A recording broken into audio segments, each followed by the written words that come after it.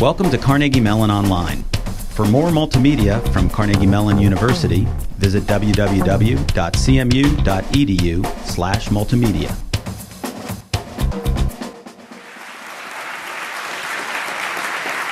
Thank you very much. Thanks, Randy. Looks like I brought the Beijing weather with me to Pittsburgh. Yesterday I gave the talk from my book, so today I'm going to talk about Google and Google in China. There are a lot of fascinating stories and challenges. I think every time I come to America, there are only two kinds of questions. One is, hey, Google's so great, it must be winning in China. Everyone must be using it, right? The other kind is, I heard you guys are losing badly in China. Are you going to withdraw like other internet companies? Neither one is quite accurate. And today I'll tell you the environment, what we have done, and why we're optimistic. So first I want to talk about the China internet environment. And then I'll talk about multinationals in China and what challenges they faced. And then talk about how Google plans to overcome the challenges and some closing thoughts. So when you think of China, they're really, and the role of the internet company, there are really three things. China's big, China's challenging, and it's a great marketing, and that China is a great opportunity. China is big, which can be shown here. It's interesting that the trajectory of internet users has accelerated, not decelerated. This year, the recent Chinese government studies shows that there are 210 million internet users in China, up from 140 million last year. That's a phenomenon, 50%, 70 million increase this past year. And during this calendar year, the number of internet users will surpass the number in the United States, and it will never look back. It will be the largest internet country for the foreseeable future. But China is really very different. All of us who work on internet would like to think, hey, it unites the whole world. And to a certain degree, things are similar. But in China, things are quite different. First, in the US, there's a lot of print media that has a lot of brand and fame attached to them, like Wall Street Journal, New York Times. But in China, it's much more limited. So people really completely depend on the internet to the extent that they use the internet for information. So much higher usage. Those who found the internet love to use it and depend on it. And many just don't even read print media. Average age in China is 25 internet user. And it's dropping every year. It can't happen forever, but it has been for some time. And that means the age gap means people are on it looking for fun stuff, entertainment, community, playing games. So those become popular applications. The internet cafe usage accounts for about a third of the Chinese usage, largely again from the youths. In the US, iTunes, iPod, that's where everybody gets their music. But in China, they actually use a search engine, our largest competitor called Baidu, where they find music that's typically free download. And they usually bring it to a PC and listen to it. And of course, increasing people have MP3s that look really very much like an iPod. And they enjoy the music there. So how to make money can be difficult. Software piracy is high. That's going to come down over time. But for a company like my former employer, that's a pretty tough problem. But for Google, we see the opportunity because, well, if we can provide high-quality free software as a service, that could really attract a lot of people. The credit card usage is 2 orders of magnitude smaller than the US. Here we have 2 per person. There is 2 per 100 people. And that means e-commerce is very difficult. It doesn't mean there isn't e-commerce. Lots of things are being searched for on the internet, but the transaction takes place in real person. Common examples are you go to an eBay-like site, bid for something. When it's done, you go meet the seller and buy it after you examine the product. Okay. Another example is you buy it from an Amazon-like company, except that you don't have to pay. A delivery person next day on a bicycle brings the merchandise to your home, you examine it, and then you pay. So cash on delivery, internet as a way to find what you want, but physical is the way you transact appears to be the way to go. Now, of course, eventually credit cards will take on, but that could take a number of years. And the last difference I'll highlight here is that the number of mobile phones has reached 510 million, more than twice the internet population. So among many implications is that when internet on mobile phone becomes a reality, most of the users who experience it will have never touched a PC before. And that means where the US mobile internet is evolving, which is, can it synchronize with my PC? Can I download and update my contact list, synchronize my email? Those are non-issues to a large number of users there because it'll be a mobile-centric. PCs may be an afterthought or a future purchase opportunity. So all of these differences require any company that wants to be successful in the internet or software business really embrace these differences and build products that fit the market. And China is challenging. So in addition to these different market situations, there are a lot of laws which are different. Laws about content, laws about requiring a license to do internet portal, requiring a license for search, limiting news and video to Chinese state-owned entities, etc. That makes it rather difficult for internet companies, especially in areas that are heavily regulated, to enter China. Thirdly, it's a very nascent legal environment. So how to enforce the things like MP3 copyright is still not well understood. Courts have different rulings, and it will take some time for that to stabilize and become consistently enforceable. Number 4 is that there's a lot of local competitors who move very fast, who are very aggressive, and they have a lot of cash. Where does their cash come from? American venture capitalists who have now found China as the growing market. So let's go fund a company that is building something, like a Google, like an MSN Messenger, like an eBay, like anything, like a Facebook. And there are many such companies, like a YouTube, that are coming out. There are some 20 YouTube clones and maybe 3 or 4 Facebook clones, not to mention the portal search companies and so on. And they're well funded because, when you raise $10 million in the US, you spend it pretty quickly. But that amount of money lasts a really long time in China. And their practices are very aggressive.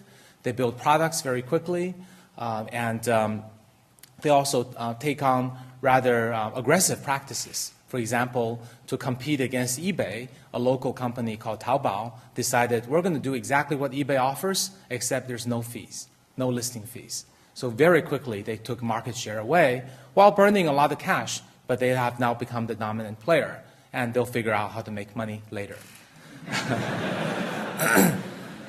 And just to be fair to them, they have figured out a way, which is escrow payments, which is very, very clever also. So these companies are clever. They're not just copycats. They're very smart people building increasingly innovative products that may be inspired by American successes, but localized quickly with a lot of talent and cash behind it. So multinationals do have a hard time because there's genuine competition. It's not just legal or other issues. And lastly, the internet media, being so new, is fairly easily manipulated. So sometimes people would just spread false rumors, and it spreads very quickly in the internet space. And you never really know whether it's your competitor, a disgruntled employee, or just someone who wants to be famous that's spreading the rumor. So that can really hurt someone who's trying to participate by the normal international, professional, ethical practices, such as Google and other multinationals, because we obviously do not use such medium. So these are some of the reasons China is challenging. So you might say, wow, it's a big opportunity, but it's so different and it's so challenging, so can a multinational succeed? Certainly, if past history is any indication, the road to success is definitely fraught with difficulties. So I'll give you a few examples of multinational struggles in China. I'll do it chronologically. Yahoo was the earliest to enter China in 1999. They spent some $150 million or so on a company called 3721, and then they drifted from about a third market share to much lower. Eventually, they sold the shares to Alibaba, which proves to be very valuable. However, Yahoo China has suffered large loss and recently announced a layoff, and their market share is in the low single digits.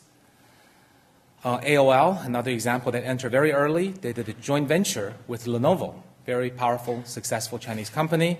They built a portal, but it was shut down 3 years later. eBay entered in 2003. I told you about the Chinese free competitor. Very hard to compete against free. And eventually they sold their China presence to Tom, and their market share is also very, very low. Fourth example is Amazon. They entered the Chinese company by buying the number one company at the time called Joyo. By the way, eBay also bought the number one auction company. So, because they saw the difficulties earlier companies had, they figured, well, let's buy a local Chinese company and have them run our operations. But that doesn't really work either, because there's a lot of platform issues. Which platform do you use? How do you communicate with headquarters, et cetera? That led to very large share loss. So now they're a rather distant number two in terms of selling merchandise and books. MSN entered in 2004. I think they may have formed a joint venture in 2005. In instant messaging, they're still a number two, but in terms of their core business of portal and search, they're not even in top 5. And that means somewhere around 1% or so market share. Wikipedia, another another big success in America and not accessible in China.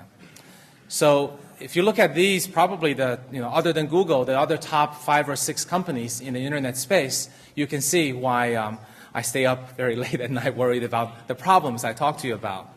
Now, I'm not ready to claim victory, but certainly we can't claim defeat. We entered in 2006. MySpace entered in 2007. And for these two companies, I think it's too early to tell. But today, Baidu has a much larger market share than we do. They have been successful not just in search, but they're also the number one community product, number one music product, and the number one question answering product. And they offer what's called Baidupedia, which is very much like like a product with a similar name.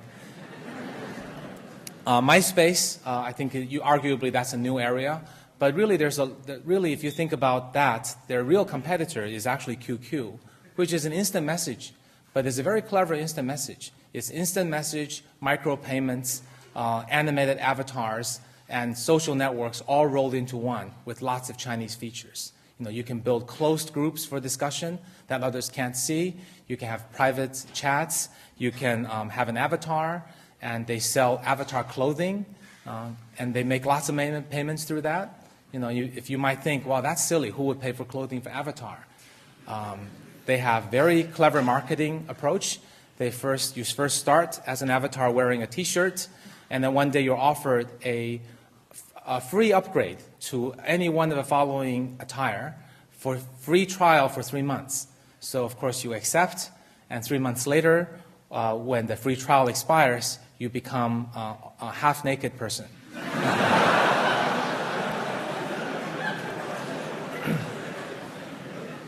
Unless, of course, you pay 30 cents a month, which is fairly cheap, and most people do. And once you do that, you become enchanted with buying flowers and cakes and what have you, and all this all this virtual merchandise becomes very popular. I talked with the CEO of another company similar to QQ, and he says, wow, we just rolled out virtual cakes, and it's very successful. I asked him, how much do you sell it for? He said, well, about the same as real cakes in the real world. So it's a very different environment, and undoubtedly we have challenges. But why have these companies had trouble? I think all the challenges I listed earlier, but also I think a lot of multinationals wanted to make money. Let's go in there, new China CEO, here's your quarterly profit target, go reach it, do whatever it takes. But that causes problems. It optimizes for the short term, doesn't build the company to last, and so on. The local team is not empowered. Okay, we hired you, you run the local sales team, but we're going to do all the engineering from the US. And you can imagine it's hard to keep up with the rapidly changing environment when every request has to be translated to English and wait for the teams to prioritize, especially if China is not a high revenue in the beginning. Third one, insist on global platform. we bought a company, and if a company bought another company in China and says, well, your platform doesn't look built to last, let's cancel your platform and use the US platform, without realizing that platform has implications that makes it hard to build features needed for China. Local partnerships. Going alone to say, well, we're number one in the US, we're going to be number one in China, we don't need any partners, we can take on everybody and anybody. That's not very smart. You need all the friends you can have in any environment, including China. And lastly, just slower moving, more processes, more strategy, more decision layers, and that can cause slower moving companies. These are some of the problems. So when Google decided to go to China and when I decided to take this job, these are some of the key points that I thought were really important. And before I accepted the job, I had a lot of discussions with Eric and Larry and Sergey to make sure that we will have a chance to execute on the strategy so that we can become successful. And the following 8 things are the things that I'll now tell you about. First, I think, is you really need a long-term view and patience.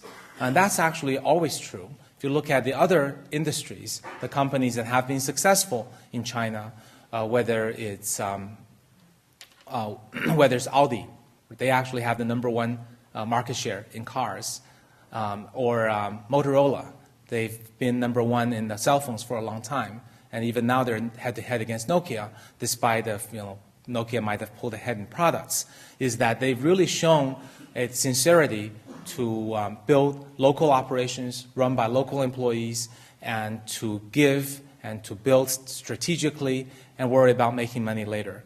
And I think that's no different in any other area. I think we all would much prefer, even in America, prefer foreign companies that come to America, build an auto plan, try to understand the consumers, build products that make sense for the marketplace, rather than ones that just want to come in to make a quick buck. So that makes a lot of sense. It's not just good for China, it's good anywhere. But certainly in China, those who have had the longer-term patience, even if they don't have the very best product, that's been quite important. So we decided to take the following plan. And these are words from Eric Schmidt. He said, we will take a long-term view to win in China. Chinese have 5,000 years of history, and Google has 5,000 years of patience.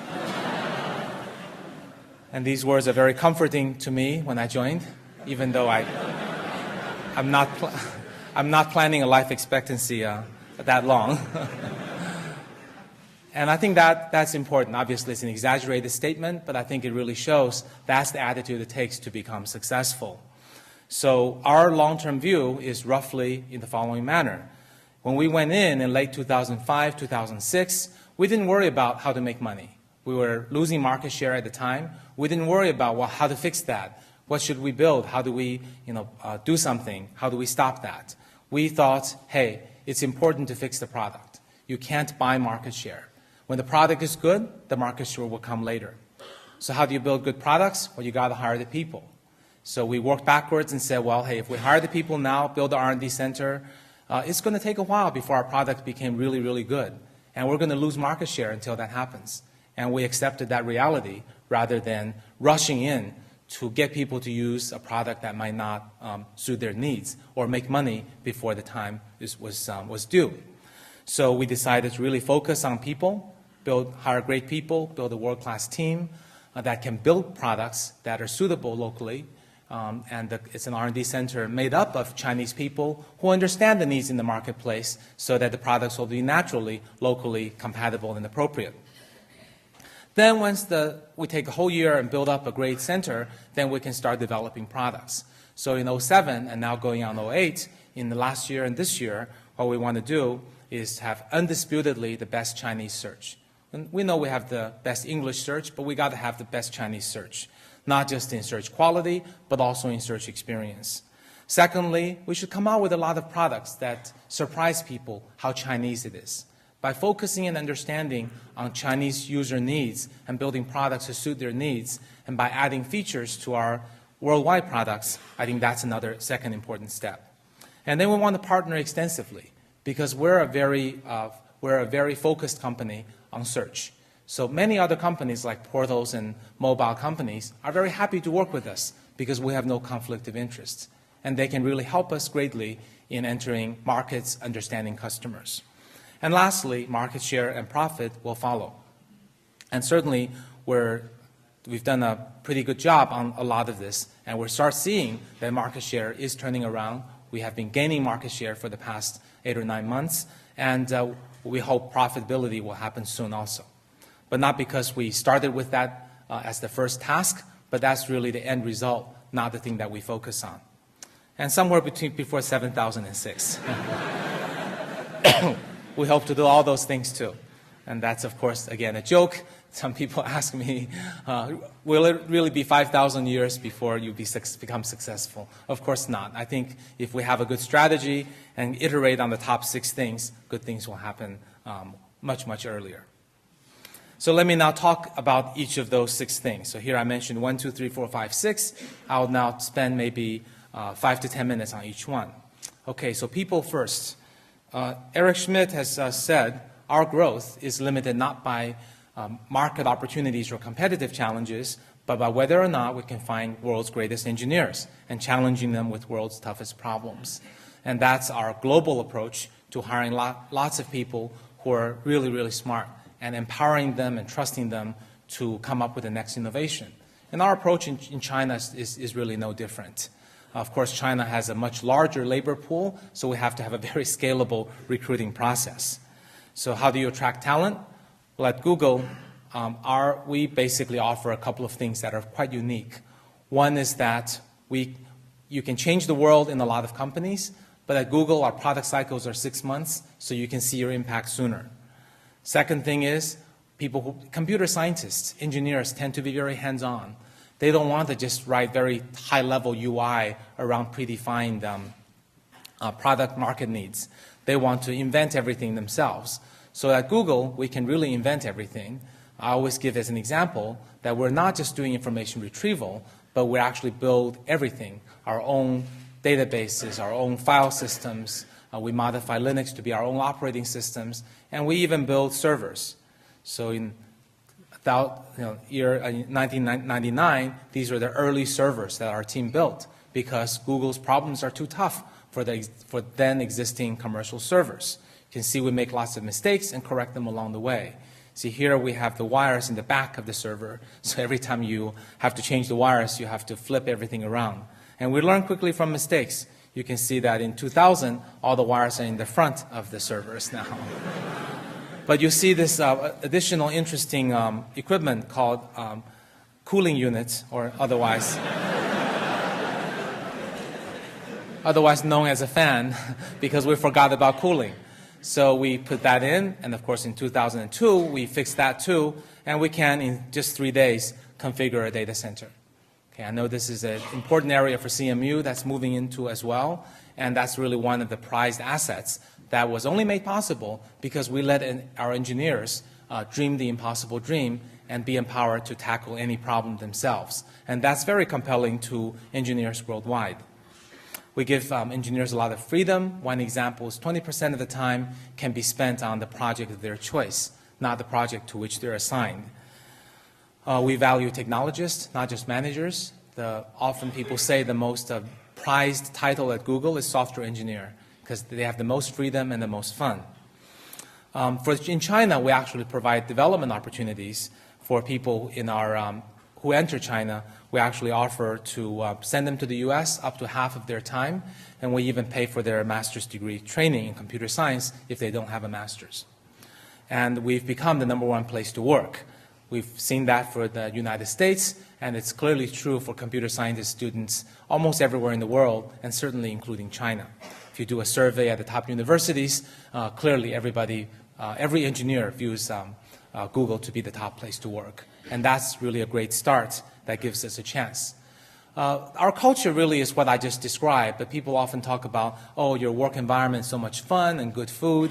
That really is secondary, but just for completeness, I show you our China work environment, and you can see it's really quite similar to our Pittsburgh or New York or Mountain View offices. This is our Google building located right next to Tsinghua University in Beijing. This is our lobby. This is a party that we had. You can see we have Chinese elements like dotting the eye of the dragon. We have a big party with lots of good food. Our work environment is as colorful as anywhere. You see both Western cultural symbols as well as Eastern cultural symbols, and people really have a lot of fun. And people also work, not just have fun, they work really hard, and they play very hard. You can see here we have the Western elements of a gym and then the Eastern elements of karaoke. And we also have the Western elements of foosball and pool, and now the increasingly Eastern elements of Dance Dance Revolution. And of course, the most important part is to win an engineer's heart, you have to win his or her stomach. And this is the food that's available in our cafe. So we have an interesting feature on our Google search called related search. That's when you type a search term, we suggest all the related search terms. So, for example, if you type something like Hillary Clinton, you might see, Hillary Clinton's platform, Hillary Clinton's debate, Hillary Clinton's status in the poll. So it's Google suggests. And if you type Google Cafe in China, the suggested term is how to get a free meal at Google Cafe. That's determined automatically by the searches. So a lot of people in China are searching for ways to get a free meal in our cafe. And that's our most important employee, our executive chef. And of course, all that aside, we really have to focus on what do we actually do to hire these great people. Well, we got to have a giant recruiting team.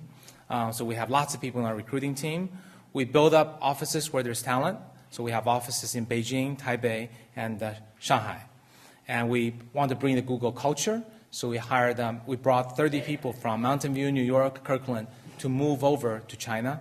And also we do a lot of local hiring, and we really hire a lot of really star-like talent, like the ACM champion, top students in a lot of schools. We keep the hiring bar very high, completely consistent with the US, but we also reduce the bars that are not so important, because we conduct all interviews completely, exclusively in Chinese. We don't want the fact that a great engineer doesn't speak good English, let him or her not get into Google, and then we can always teach them English later.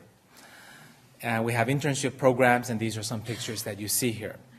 So that's what People First is about. The first year, we really focus, we hired great people, made them have fun, build a great environment, all during the time when we were losing market share. And that's a very courageous, challenging, but strategic thing to do.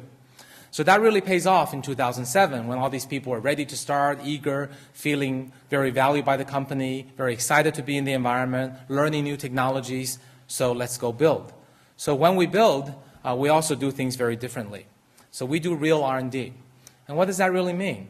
When people talk about R&D in China, really they're talking about one of these things: localizing American products, doing testing, solution centers, consulting, outsourcing, and there's one noted example of a great research lab doing great publications, something I was involved in many years ago. And these are examples of R&D in China, but they're not really equivalent to doing R&D in their counterpart office in the US. So Google's R&D this is not just for China, but for every one of our over 40 R&D centers worldwide. We want to go where talent is, but we also want them to understand the local market, build products that are suitable for local market, and then globalize those products for the rest of the world. So our initial distribution was because we're so far behind in China, most of the energy was focused on China products with less global balance.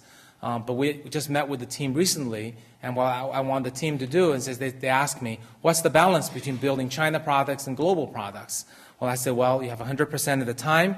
You should spend 90% building China products and 60% building global products.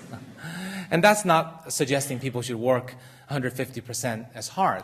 That's really saying when you build Chinese products, keep the globalization in mind. And when you build global products, keep the Chinese needs in mind so that your efforts can be doubly leveraged.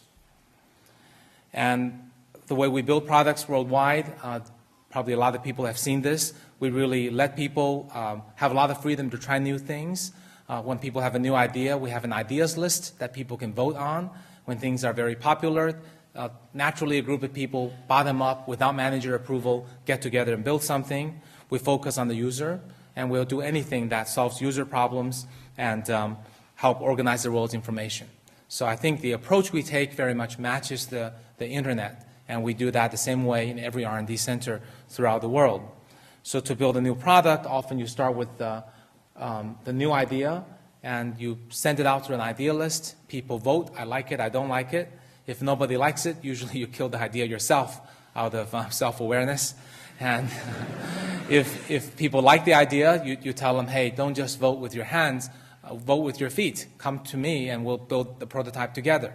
So 2 or 3 Google engineers will try a prototype, then they'll launch it internally in the company, see if people like it.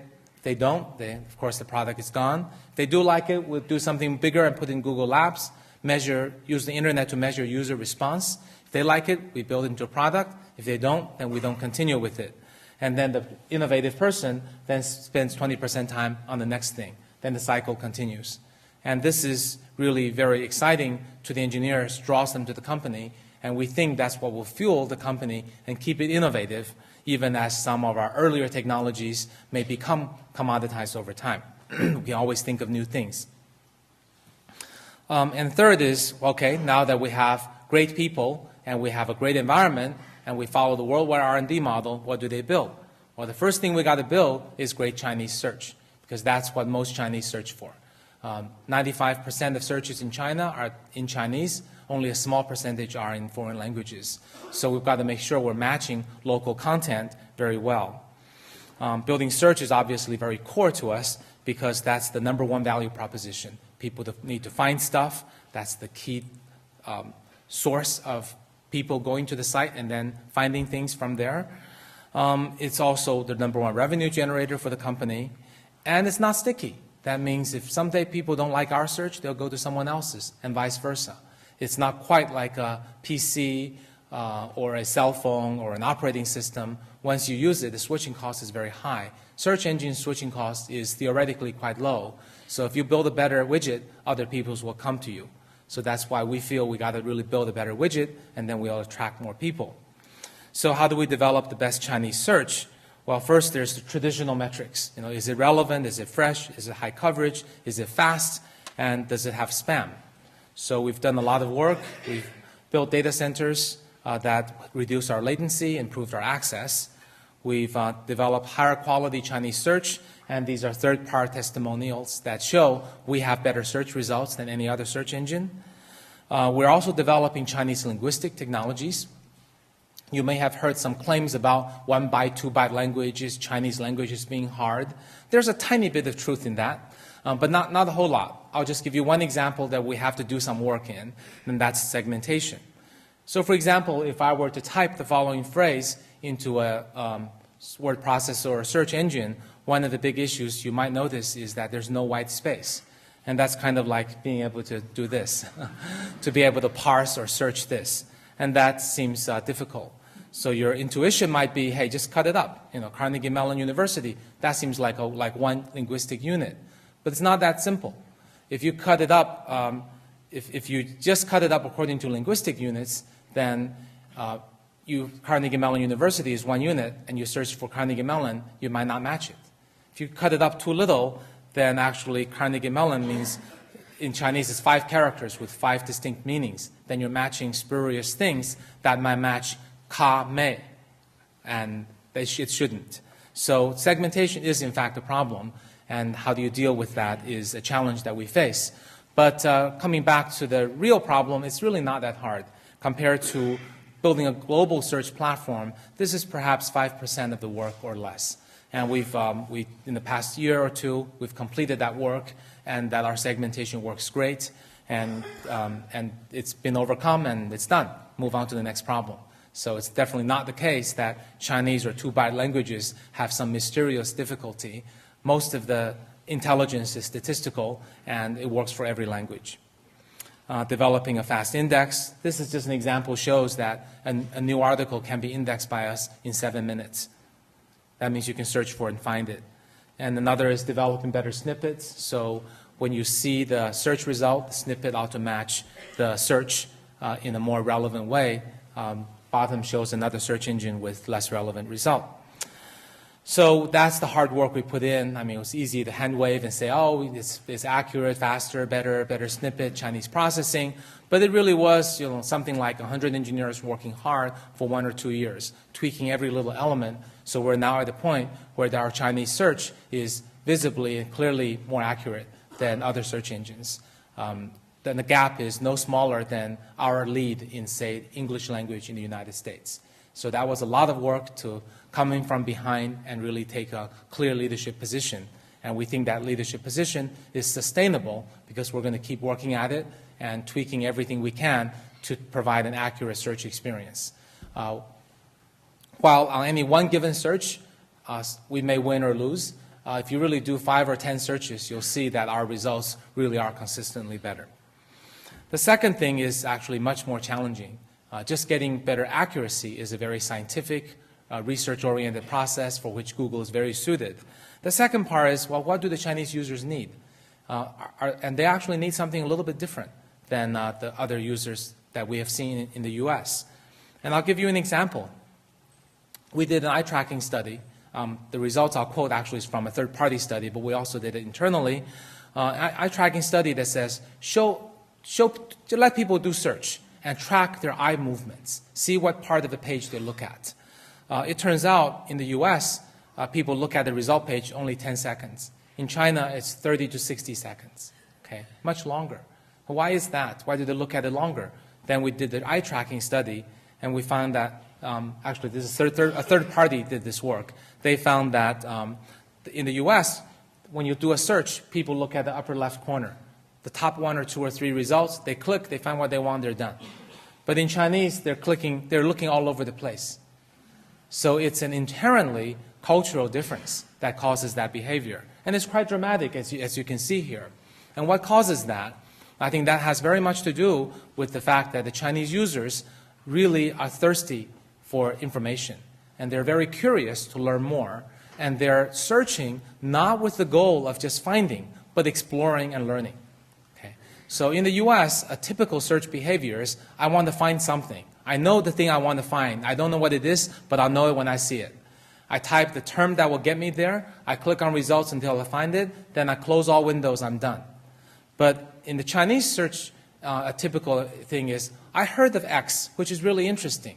Let me type the term and see what I got. Oh, everything looks interesting. I'm going to click on every result. And then they read everything, and they absorb it like a sponge thirsty for information. Now, for full disclosure, when I say information, most of the information is entertainment, okay?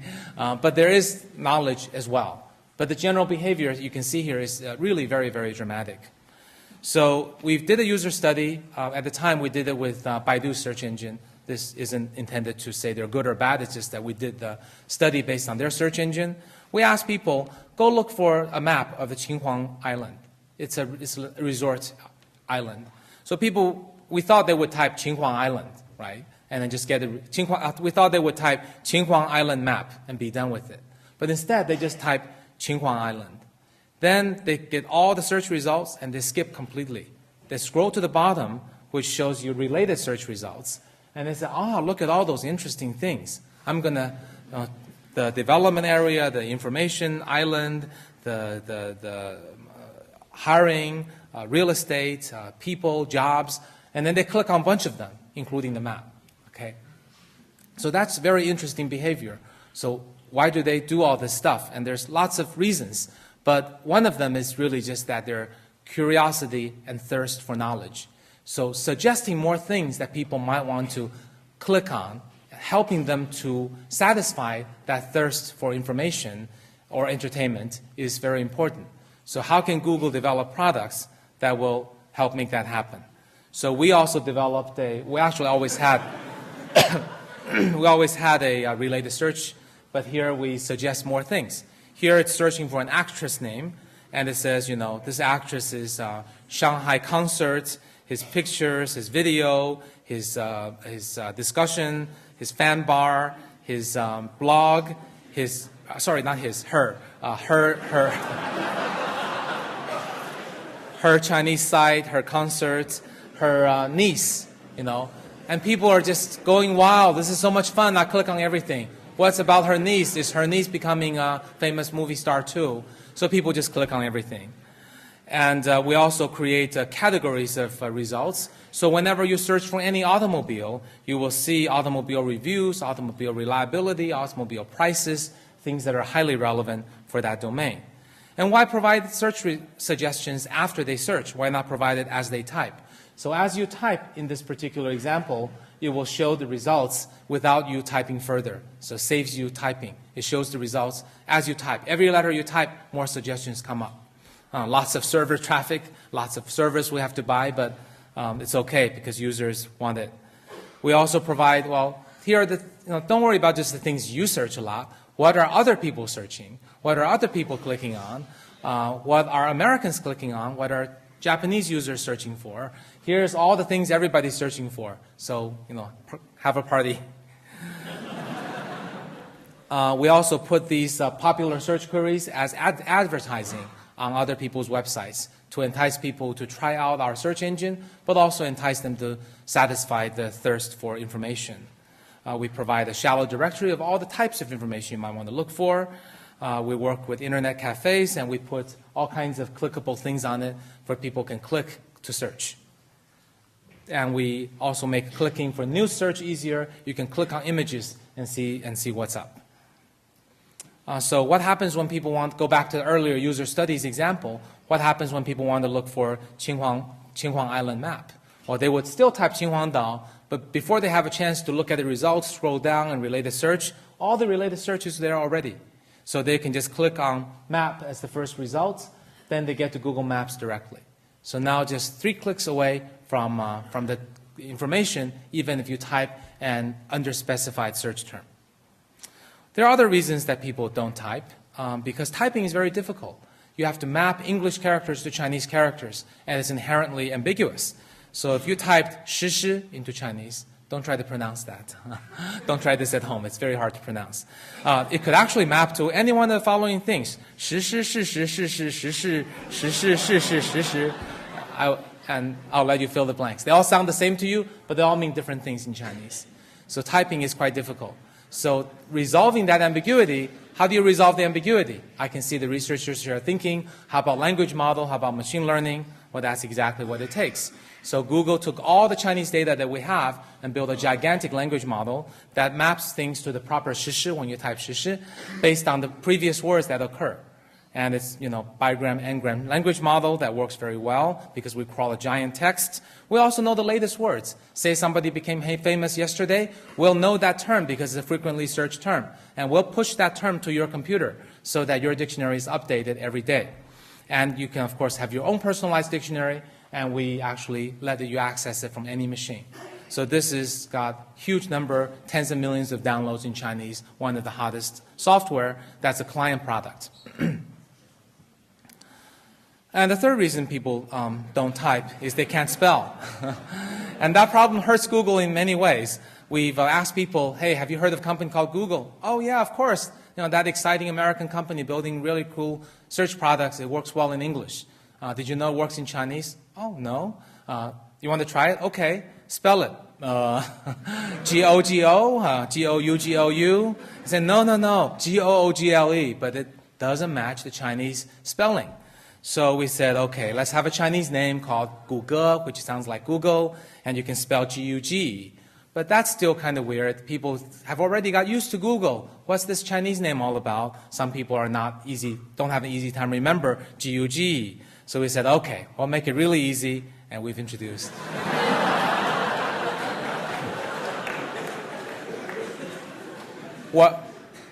So those of you who might want to go acquire all the one-letter domain names, it's not available in .com, only available in .cn.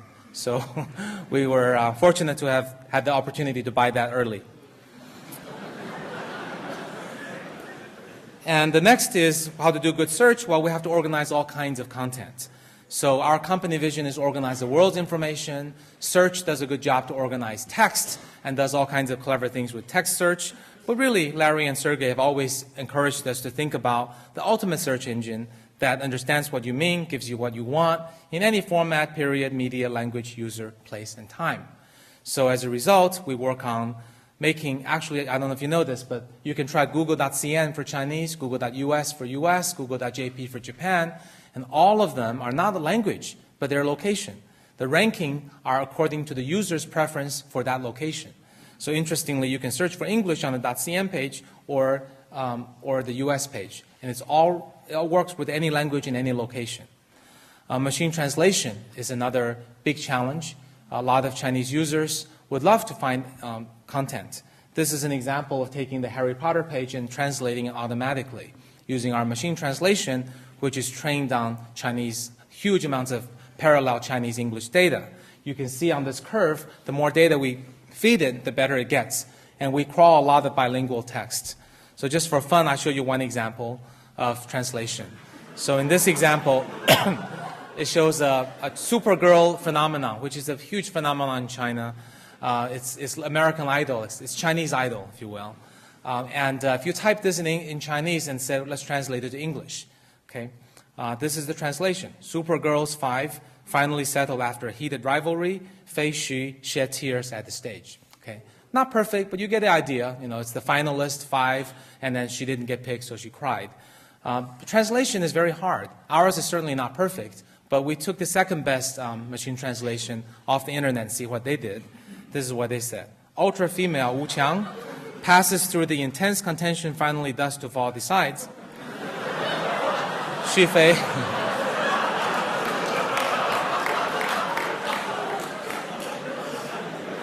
Xu Fei Lei sprinkles the stage.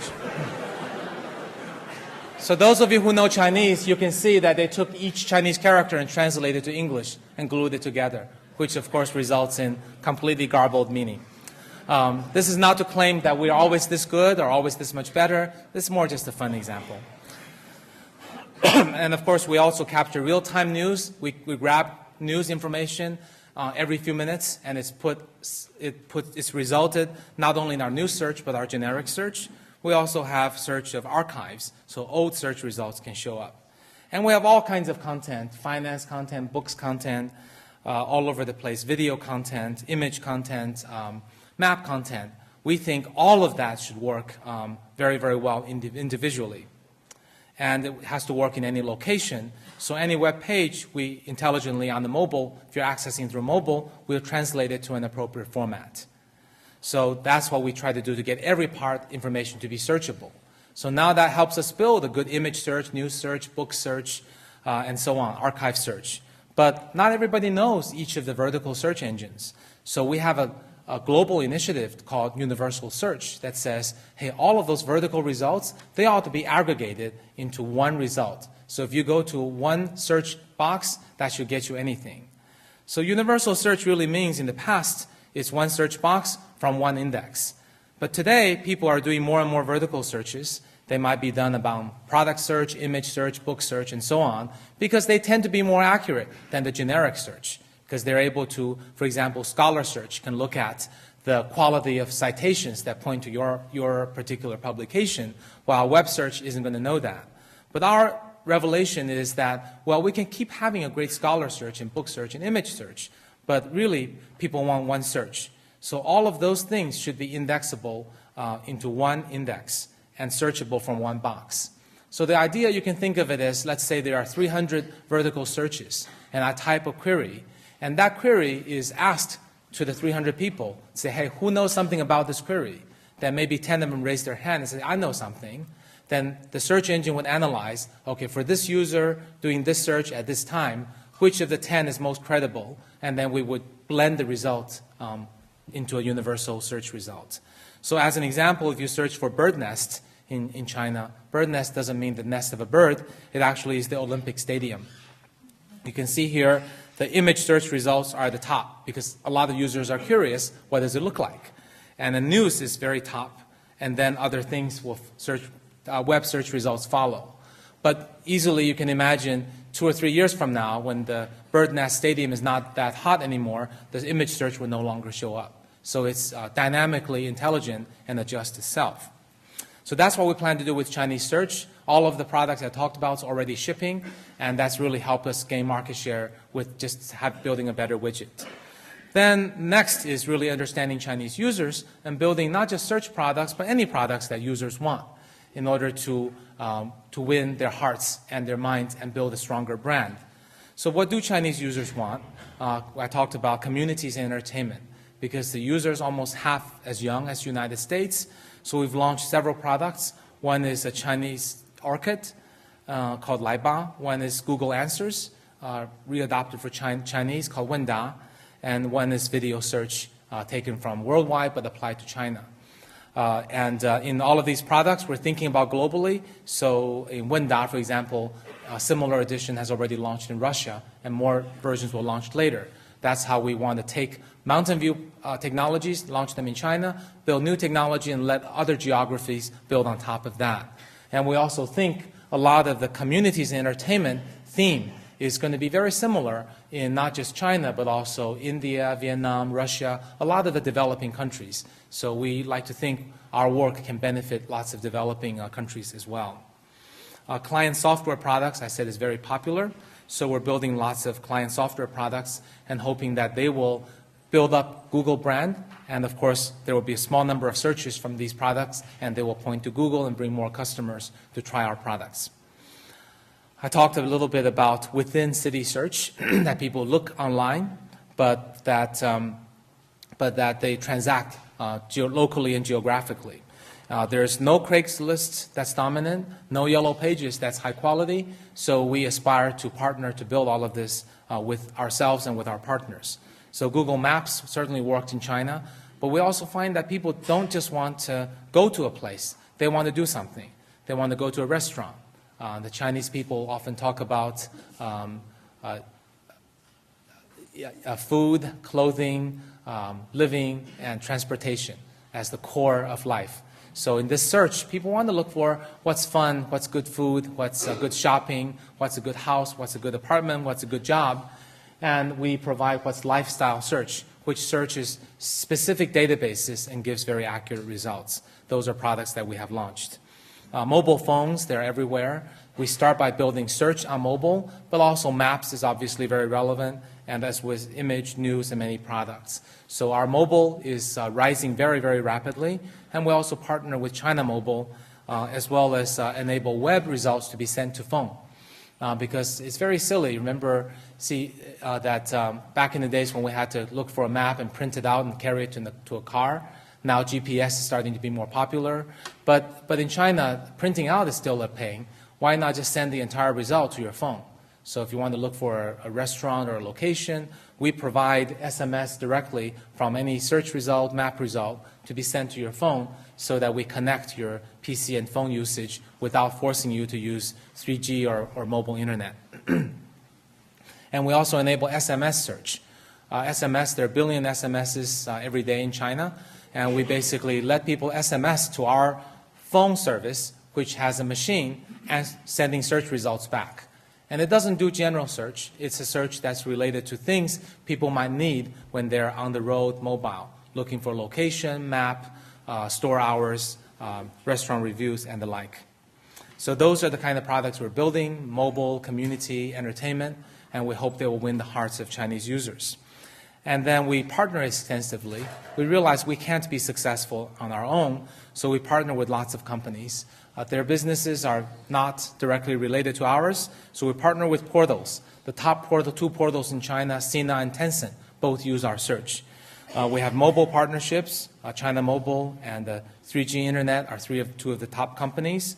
We partner with ISPs in many ways. We partner with client software products, browsers, communities, books, and we use a lot of resellers to help resell our advertising solutions. And that really creates a very positive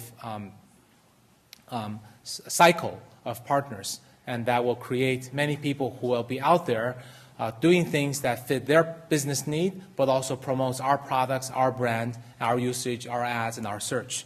And that's really helped our growth in the past year a great deal. And we believe market share and profit will follow. There's not really a precise strategy. Google has a very interesting business where as our traffic doubles, our revenue is likely to also double. So we really just take advantage of that and really focus on building the traffic and let the dollars follow.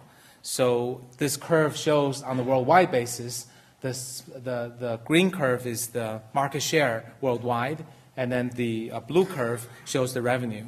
You can see that as our early days that we just focused on market share.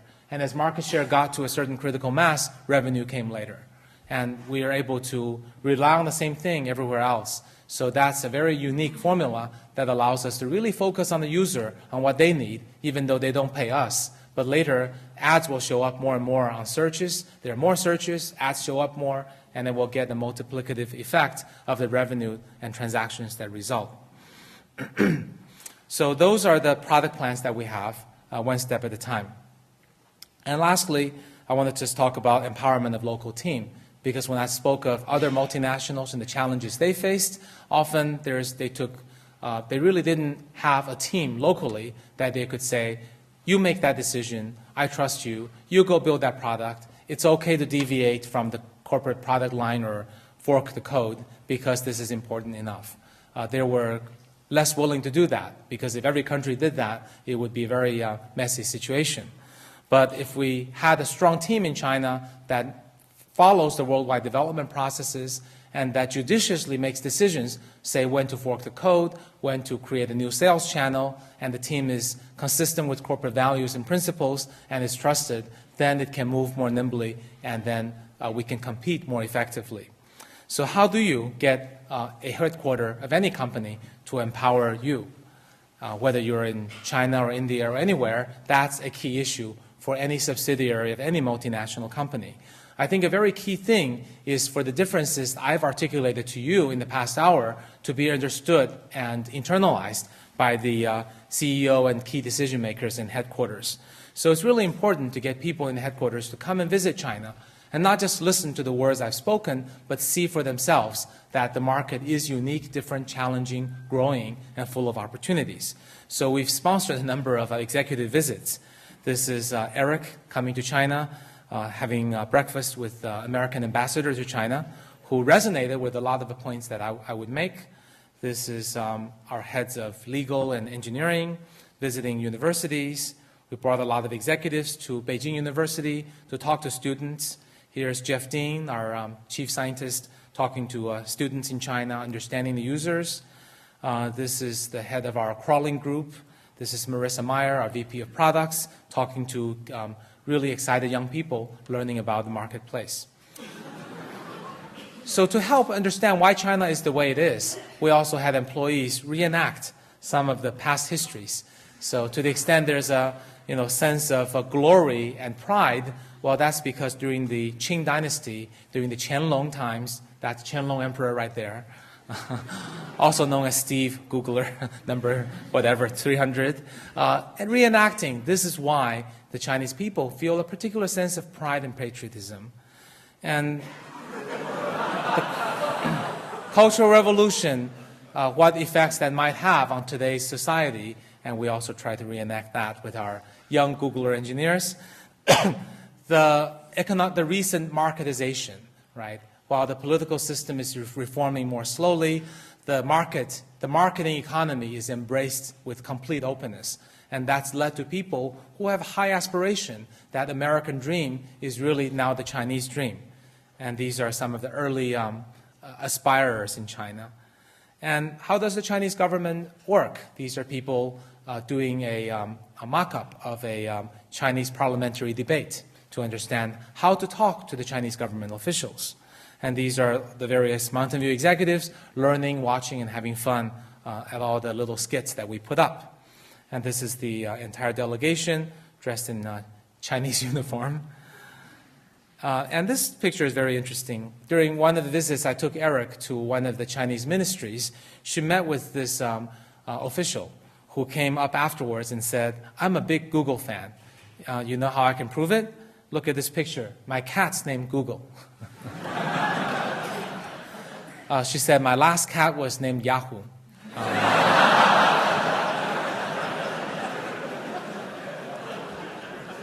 All factual, not making any of this up. And once you get the headquarters to trust you, I think you got to build up credibility to show that, yes, we have to be flexible, but we're not asking to break every rule. We're certainly going to hold up corporate values, and we're going to understand that corporate mission is larger than the local mission. And we have to make up some successes, build up some successes, and win trust, and hire people who are trustable and trustworthy and trusted.